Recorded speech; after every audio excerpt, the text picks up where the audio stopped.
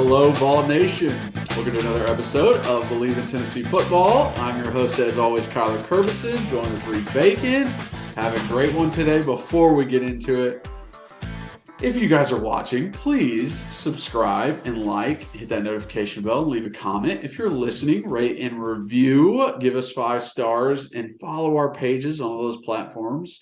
Also, if you want some merch, we have it now. How we doing, bud? T-shirts, orange and white, repping the Vols and repping the podcast. So please go out and buy those. If you want to follow us on social media, at Believe in Tennessee for our main account, at rbacon26 for Reed, at Kyler Kervison for myself.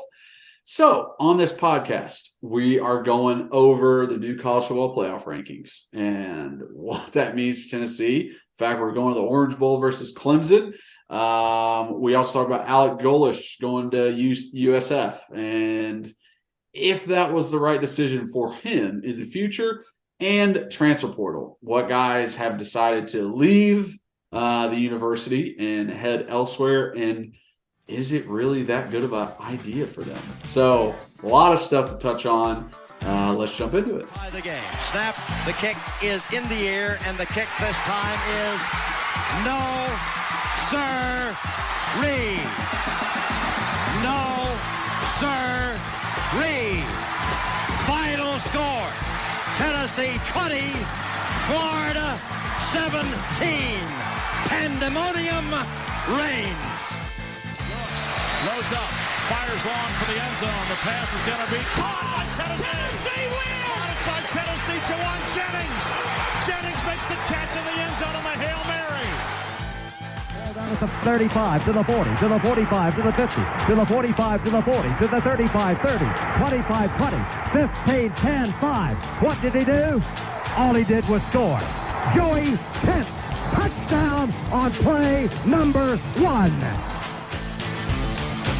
All right, so before we jump into the podcast, got to shout out our number one sponsor, betonline.ag. It is the place to go for betting. It is your number one source for betting.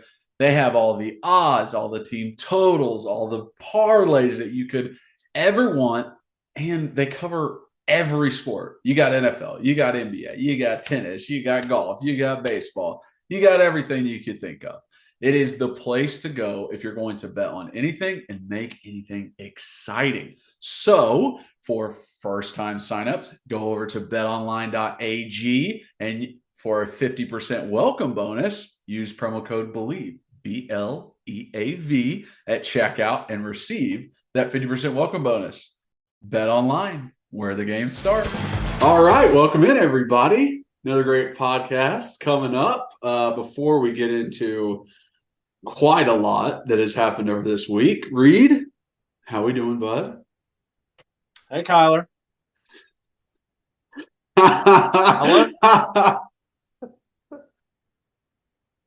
What? So for those just listening or don't know the inside, Reed told me today that we're going to have a 30-minute podcast. So he told me that we're going to stick to 30. And as most of you know, every time I ask him how he's doing, he goes on for about 15 minutes. And his response today was, hey. Whoa. I didn't say that I wasn't going to talk. I just said, hey, Kyler, how's it going? And then you didn't say hey back for me then to continue to talk about what's been going on. That literally never happens on the show. Literally has never happened. What? I asked how you were doing? Yes. All right. Here we go. In 3, 2, 1. Hey, Kyler. I'm doing well. Nice weekend over here.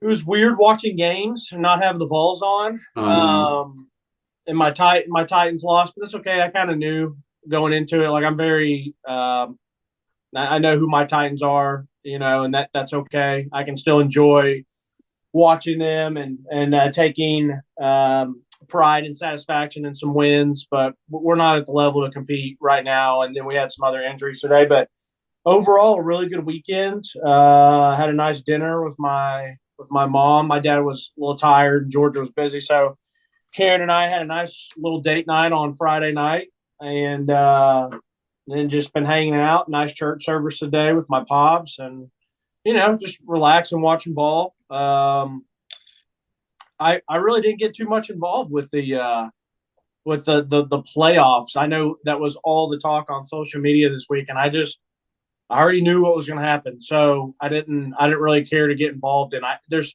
only so many times I can say Tennessee deserves it over Bama, or the whole argument of strength of schedule and all that. And I know you were out there fighting a good fight on Twitter, but I couldn't do it. It's just we all know what it is.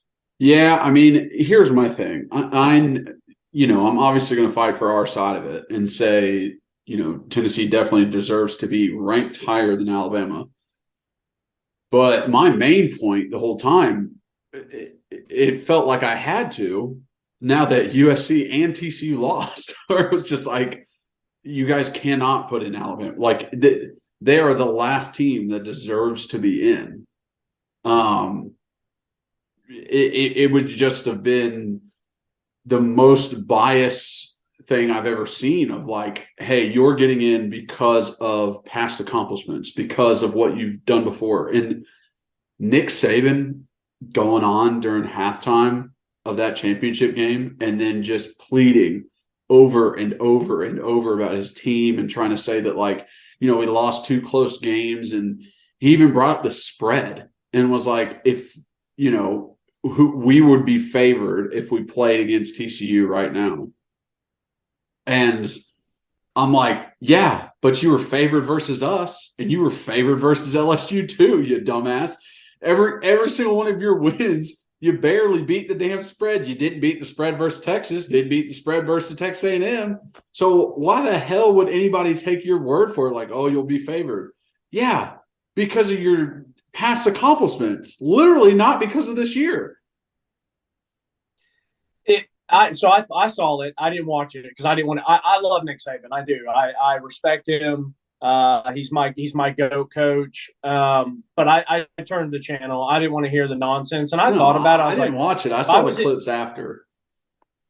I saw the clips too, but I didn't listen to them. I was like, man, if I was in his position, would I do that? And that's like, I guess you have to. Like, it's a part of the job. But I almost would have been like, if I was him, I'm like, no, I'm not coming on your show. Like, I'm not going to do this political thing. Like, just because, like, if they put us there, great. Like, he had to know they weren't getting in. Like, in a way, we can't trust the committee at all.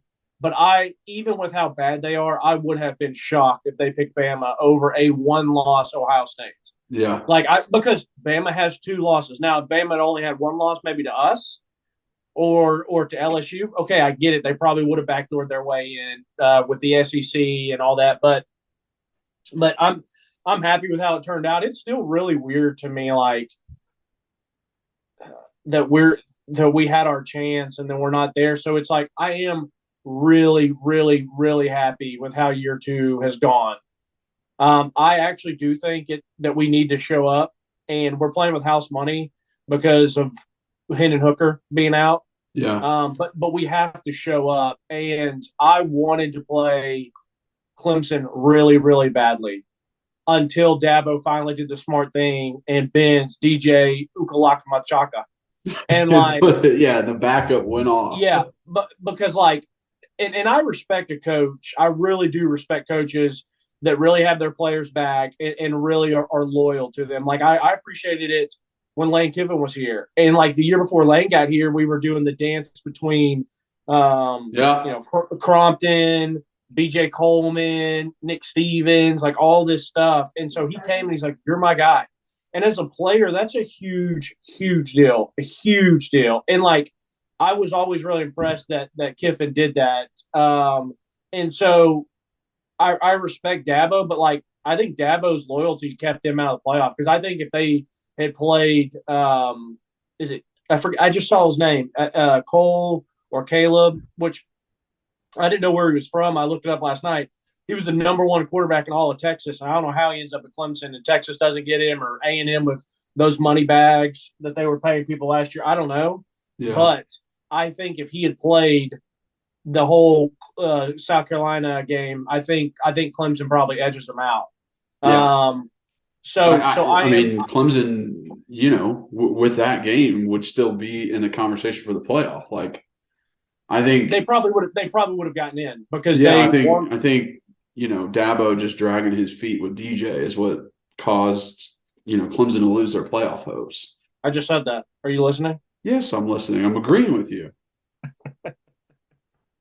I'm agreeing with you. I know. I'm just giving you a hard time. No, I really think that them taking that second L, and I don't think they lose to South Carolina. And the other thing is, if DJ plays, if he had played against us, and you know what, he might still start because I think he started this one and then was pulled after the second or third series. But like, if they had left him in the whole game against us, then it's just stop Will Shipley, their running back, who runs really, really hard.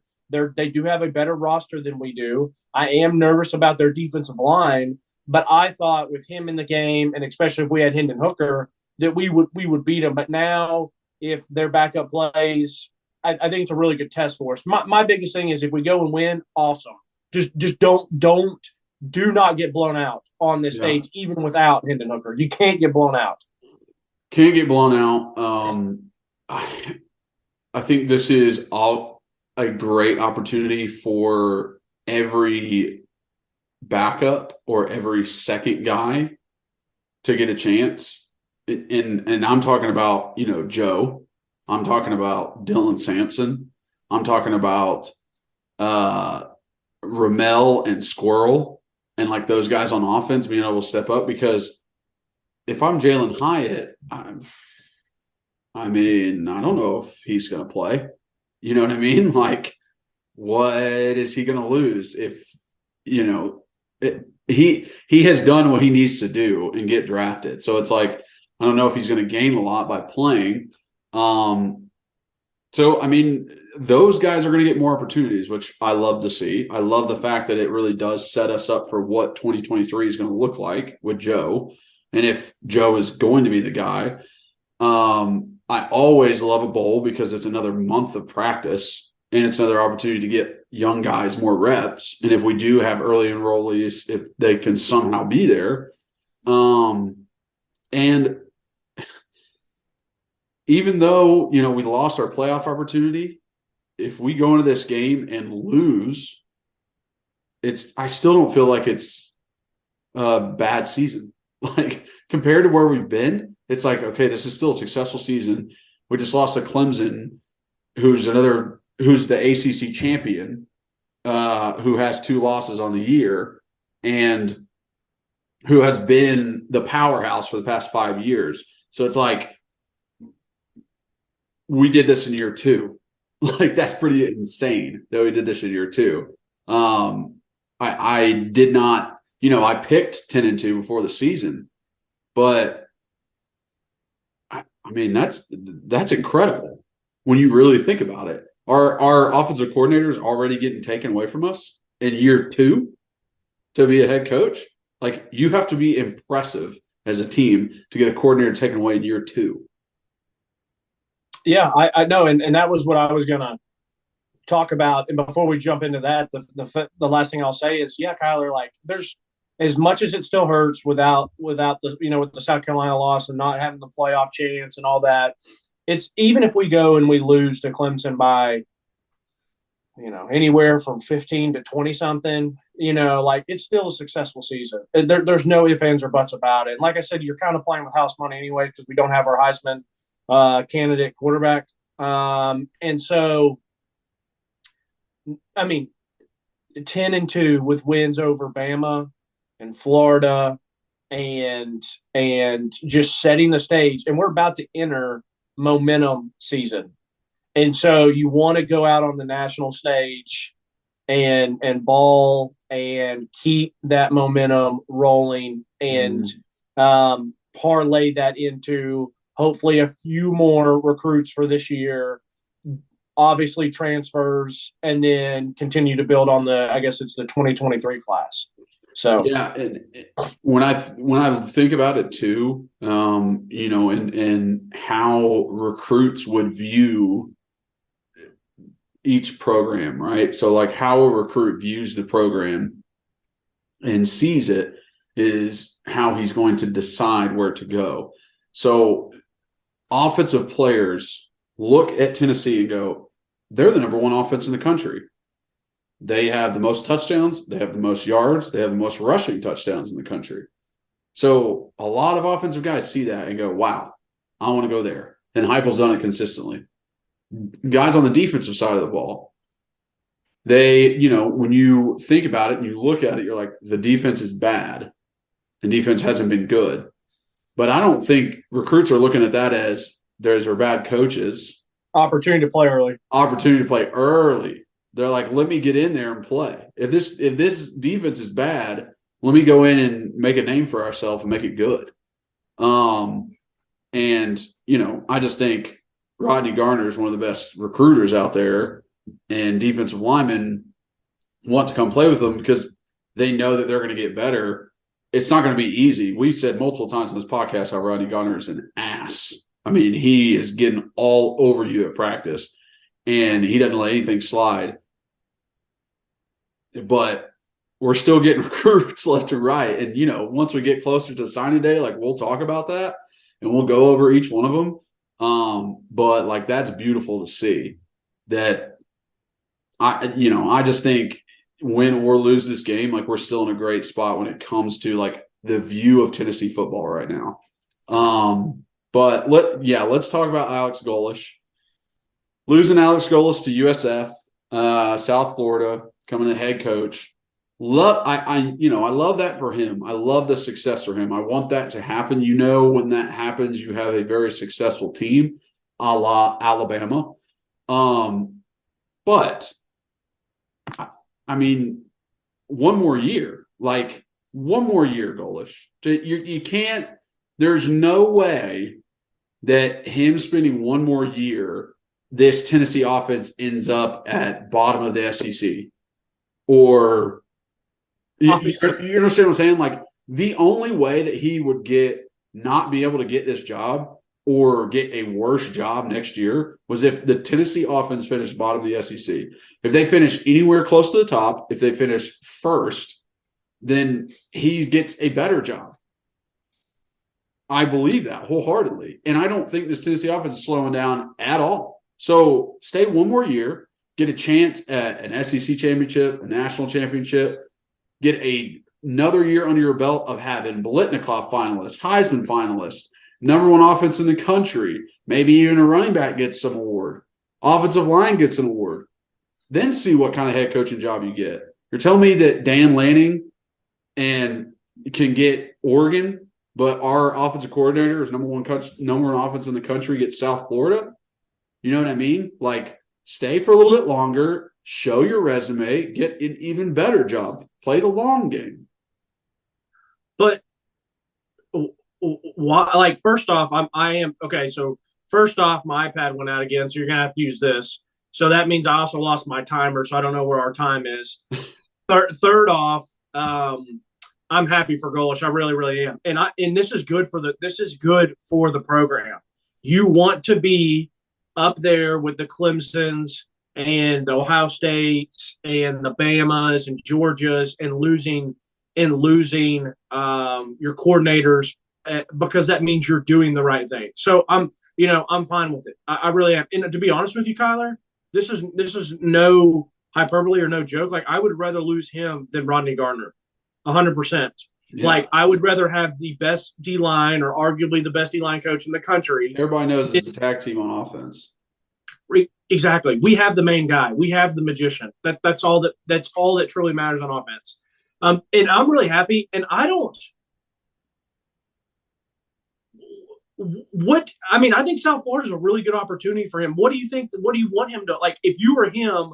What are you trying to accomplish? Where are you trying to go next? Where's a better job that you think? So, any of the Power 5 conferences is what I'm saying. But I'll stop you there. That guy's I highly doubt he's getting a Power 5 job we've never had head coaching experience. Now, it only takes one. It only takes one athletic director to take a chance on you. But I personally do not see him getting a Power 5 job with no head coaching experience. I understand that you might not see that, and maybe that's because of the way you view Alex Golesh, but it's happened before. Sam Pittman is the head coach of Arkansas after being an O-line coach at Georgia.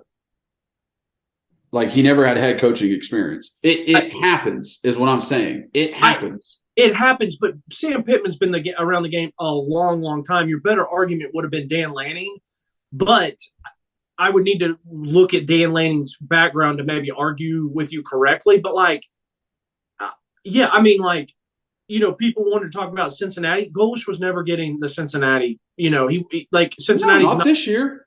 No, but I don't even think next year, because a school like a Cincinnati needs a proven head coach, you would think. So, I just don't. I mean, I don't personally see a Power 5 taking a chance on him, because it's like everyone's always going to think, is it him or is it Hype? You know what I mean? It would be different if Heupel was known as an offensive guy, but not a wizard play caller. It'd be different. The way I view it is, I see it as, okay, I have always wanted to be a head coach, and I'm going to take the risk of going to South Florida and trying to be a head coach there first over anywhere else. If he fails as a head coach at South Florida, he doesn't get another shot at a head coaching job. And I don't disagree with that, but I don't know. If Dan Lanning fails at Oregon, he will get another shot at a head coaching job. I don't know about that. If Mario Cristobal is not doing well at Miami, and he ends up, getting fired after 4 seasons, and he was just okay or didn't do well, he could get a South Florida head coaching job. That's what I'm trying to say. Mario Cristobal? Yeah, the guy down in Miami, isn't that Mario Cristobal? But he's been a head coach before. He was a head coach at Oregon. But listen to this. So Dan Lanning, the argument that if he doesn't do well at Oregon, that he could get fired, and you're saying he could get another one? Wait, did you say he could get another one or couldn't? He could. He could get another lower tier head coaching job. No, because he did bad at Oregon.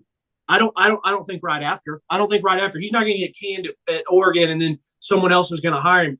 After. He'll go be a defensive coordinator for 2 years, then he'll get a head coaching job. If Alex Golesh fails at South Florida, he will go back to being a coordinator and never get a chance again, is what I'm trying to tell you.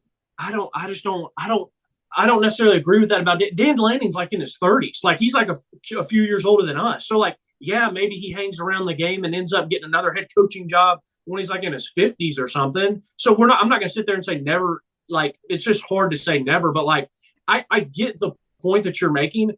But then again, South Florida might be a decent opportunity for him, meaning they're not going to be in a good conference. There's talent galore in Florida. Even if you take the leftovers down there with his offense, he might look at it. You're saying stay at Tennessee to get a group of 5. He might look at it and say, I just got to go down there and win for 2 years. And if I'm using our offense, I get 1 or 2 good transfers or JUCOs or whatever, then he can win 8 or 9 games, 7 or 8 games, and then parlay it into something else. So just because he stays here at Tennessee another year, he in my opinion, he's still going to get a group of 5, and he still has to win at the group of 5 to get himself a head coach in the Power 5. But we can agree to disagree. Yeah, I just feel like in another year, he could get Arizona State. You know what I mean? I don't know. A lower tier Pac-12 team. I think he could easily get that in another year. I don't know if I would want Arizona State over UCF because of the competition and the schedule and who else you're trying to build up from. I mean South Florida. Guess, but I'm looking at it right now. Florida. In Indiana, could he not get an Indiana job next year? No. Why not? No. As the offensive coordinator with no head coaching experience and go to Indiana? No, I don't think that at all. And why would he want to go to Indiana as the head coach and have to compete in the Big Ten? Dude, South Florida is 11th in the American Athletic Conference. If the dude goes down there and wins 5 games, they're going to think he's a stud. If he wins 8 games, he'll be the next hot coach for one of these bigger jobs.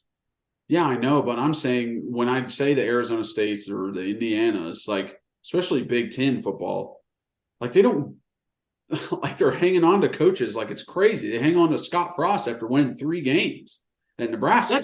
Kurt Ferentz still has a job there, and his son in Iowa has had horrible seasons, and he's still there.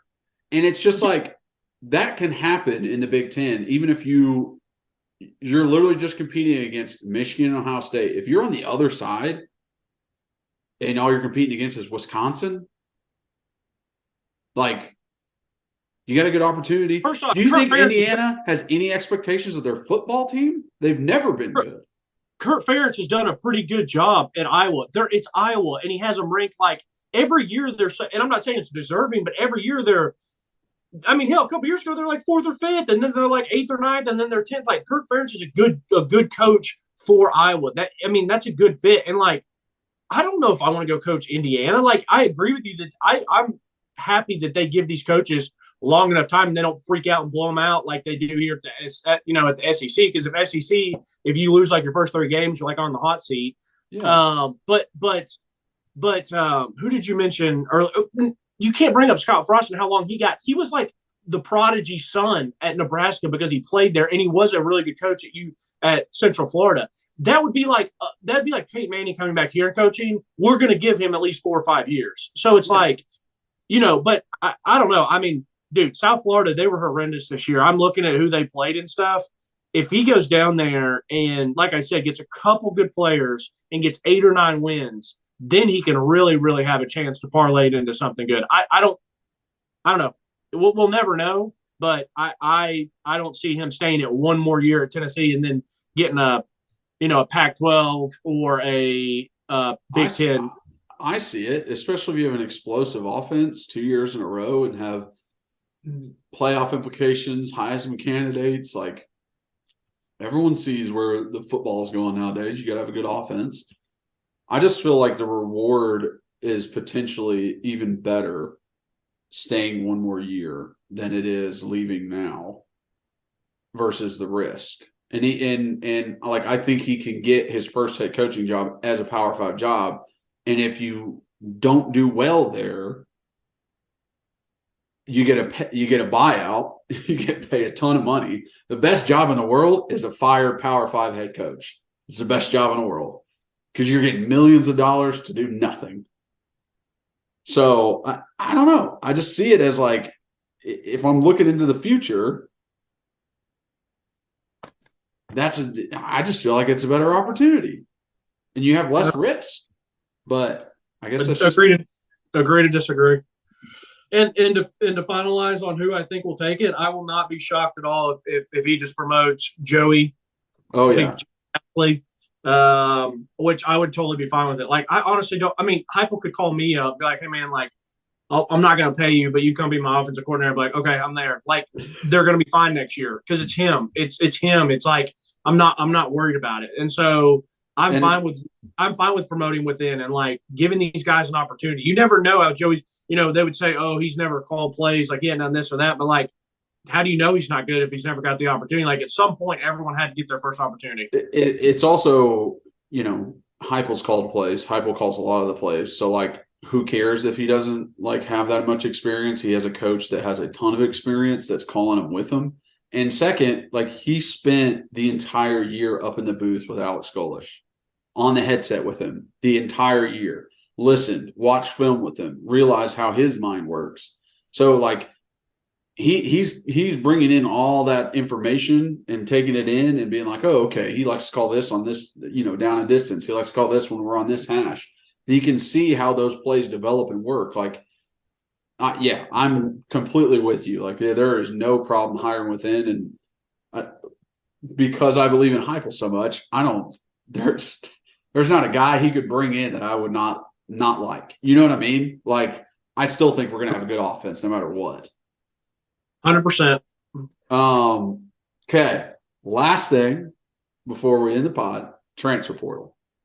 So, wanted to talk about the guys that have already entered and the fact that they're leaving and kind of where this puts us. I tweeted earlier in the week, like, there's no more depth in college football. It's like, if you have a third, fourth, fifth string guy, they're going to leave the next year. So you either got to be recruiting the third, fourth, fifth string guy of other teams or high schoolers to come in and replace them. Totality, we've got tight end Miles Campbell transferring, running backs Laneith Whitehead, Justin Williams-Thomas, and wide receivers Jimmy Callaway and Jimmy Holiday. Now, This list might expand when it comes in the offseason.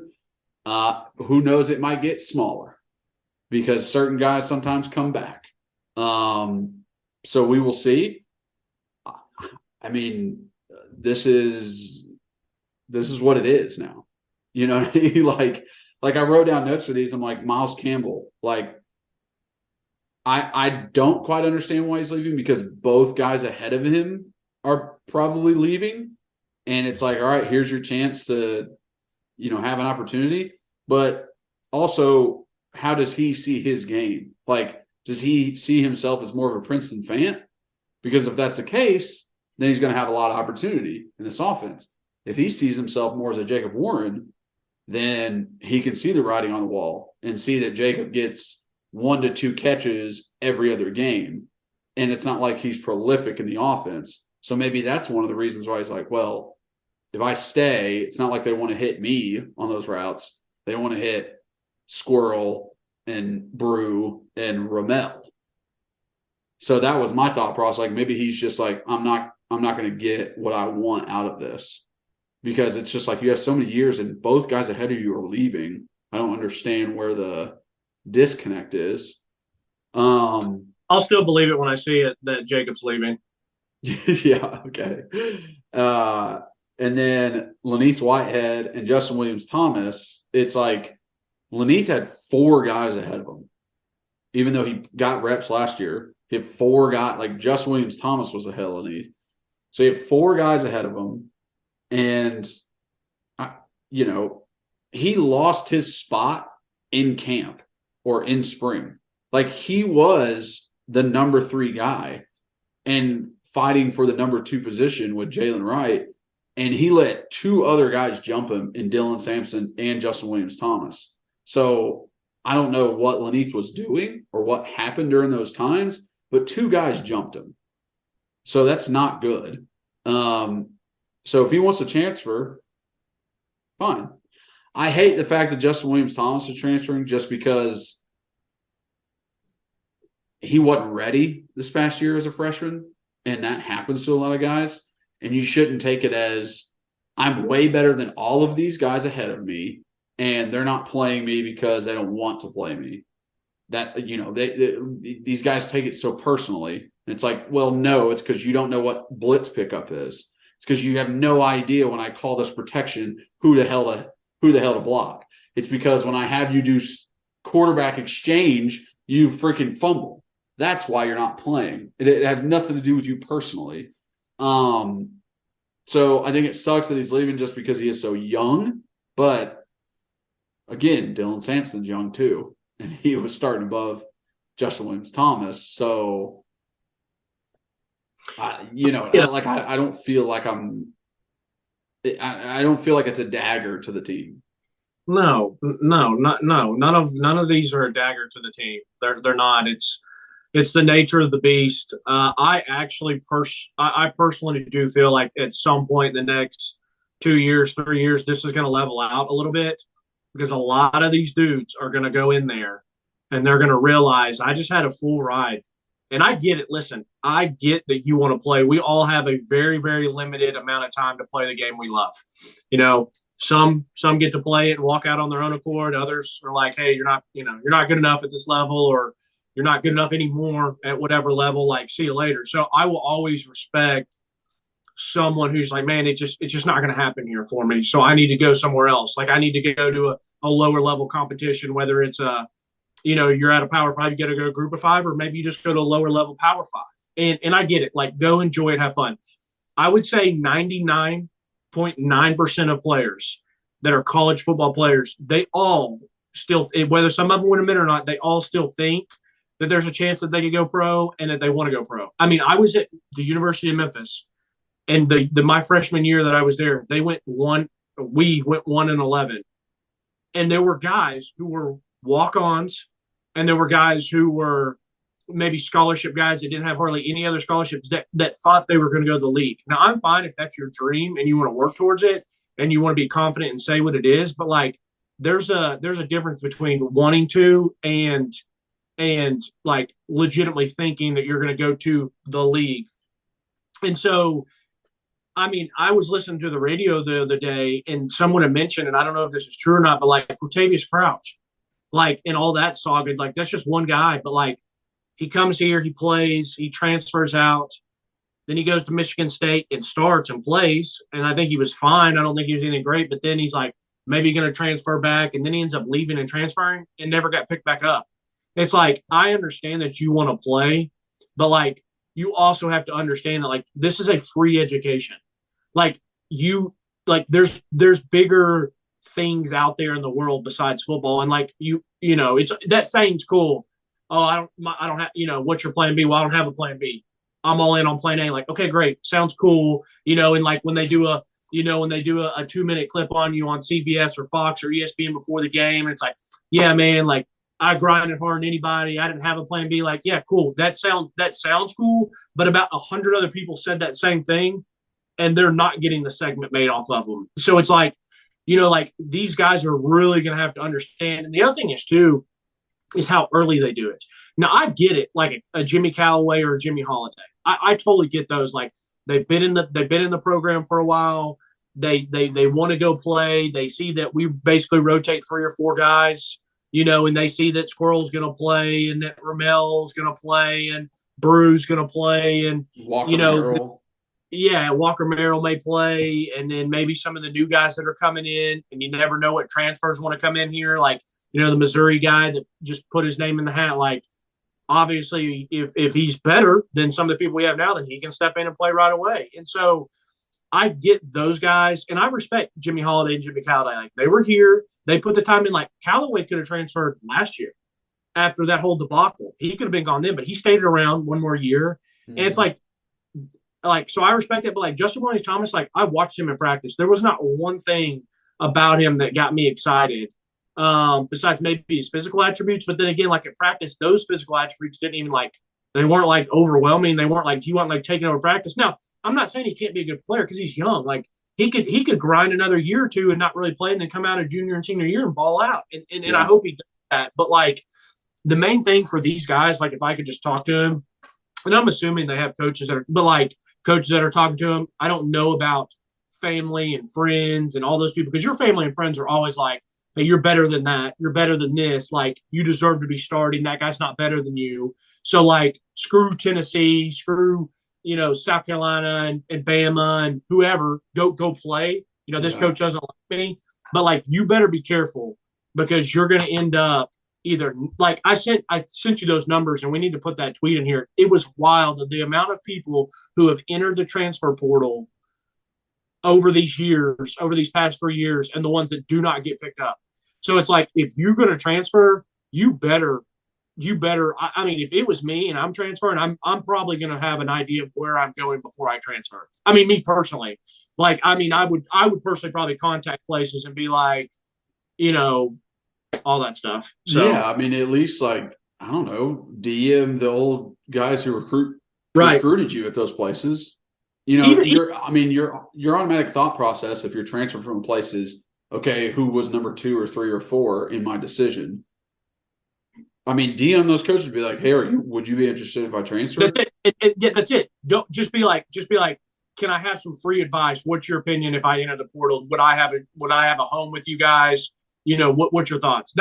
Personally, that's what I would do. But I don't know how many of these guys are, besides saying like, F this, I'm out of here. Like, transfer portal, I'll get picked up, and then 3 weeks later it's crickets. And this sounds terrible, but I saw one guy, and I don't know why I saw it. I guess I follow like someone that he went to high school with or whatever. But as a kid that played here locally at a high school, not Catholic, but it was another high school, and he was like at some like NAIA or like D3 school, and he's like, hey, I'm entering my name in the transfer portal, 4 years of eligibility. I'm like, hey, my guy, like, you had your opportunity. Like, you didn't go there and ball out to where you could level up.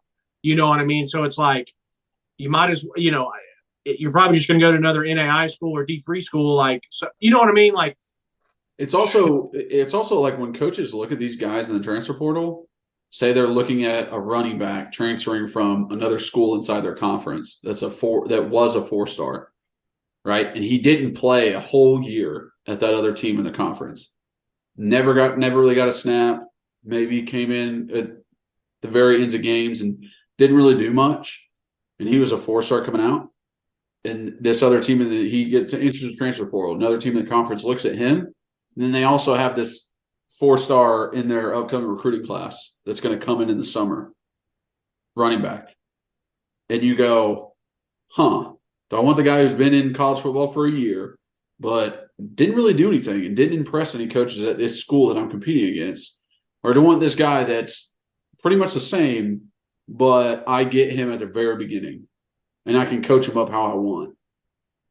I'll tell you one thing that I haven't heard someone mention. I guarantee a lot of these coaches are pumped about this, because if there's a kid on their team that's a headache, who's a prima donna, who thinks he's a lot better than he is, you're not going to have to deal with his ass. You're going to get a free scholarship back because he thinks he's better than he is and he's gone. And I don't know if any of these coaches ever sit down with some of these guys and this is their way of getting a scholarship freed up, because they're like, hey man, you're more than welcome to stay here. I really appreciate all your hard work, but I want to be honest with you.